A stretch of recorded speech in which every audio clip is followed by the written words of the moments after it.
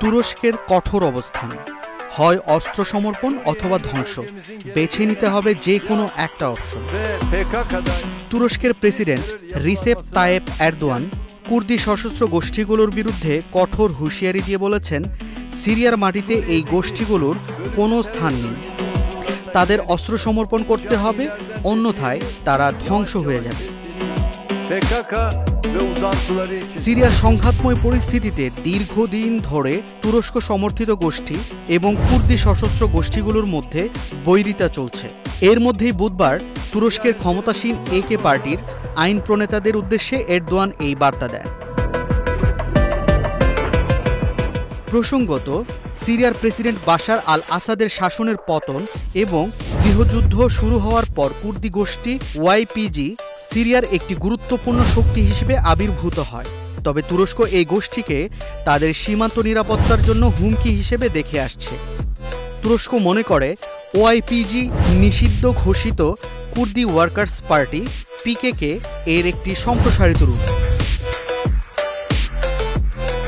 পিকেকে 1984 সাল থেকে তুরস্কের বিরুদ্ধে সশস্ত্র বিদ্রোহ চালিয়ে আসছে এবং এটি তুরস্ক, যুক্তরাষ্ট্র ও ইউরোপীয় ইউনিয়নের মতো একটি সন্ত্রাসী সংগঠন। এরদোয়ান পার্লামেন্টে তার বক্তব্যে বলেন, বিচ্ছিন্নতাবাদী খুনিরা হয় তাদের অস্ত্র সমর্পণ করবে, নয়তো সিরিয়ার মাটিতে অস্ত্রসহ তাদের কবর দেওয়া হবে। তিনি আরও বলেন, যে সন্ত্রাসী সংগঠন আমাদের এবং আমাদের কুর্দি ভাইদের মধ্যে বিভেদের দেয়াল তুলতে চায়, আমরা তাদের সম্পূর্ণভাবে নির্মূল করব। এই বক্তব্য তুরস্কের কঠোর অবস্থানের প্রতিফলন। ওআইপিজি এবং তাদের সহযোগী গোষ্ঠীগুলোকে নির্মূল করতে তুরস্ক আগেও সামরিক অভিযান চালিয়েছে। সাম্প্রতিক বছরগুলোতে তুরস্ক সিরিয়ার ভেতরে অভিযান চালিয়ে কুর্দি বাহিনীকে পিছু হটতে বাধ্য করেছে।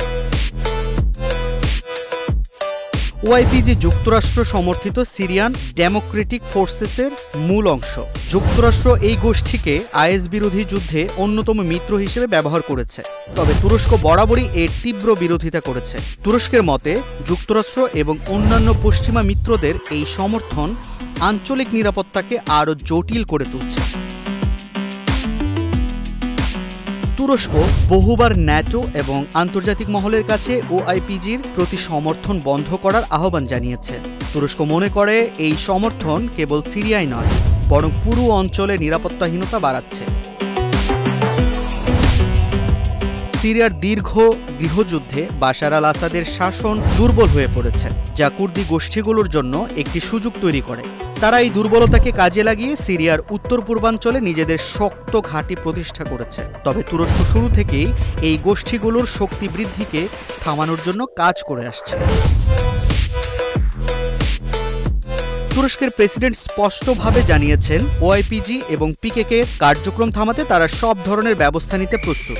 সামরিক অভিযান চালিয়ে সীমান্তের নিরাপত্তা নিশ্চিত করা তুরস্কের অন্যতম প্রধান লক্ষ্য।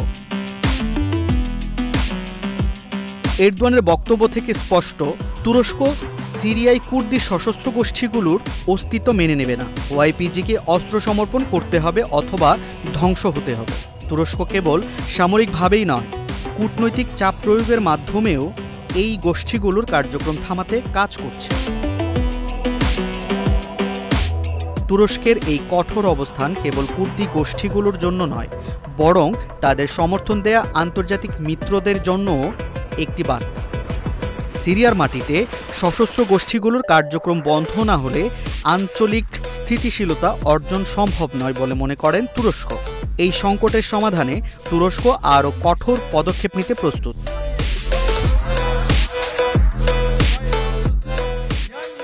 Gördükçe şad oluyoruz. Evet, o günden bugüne kadar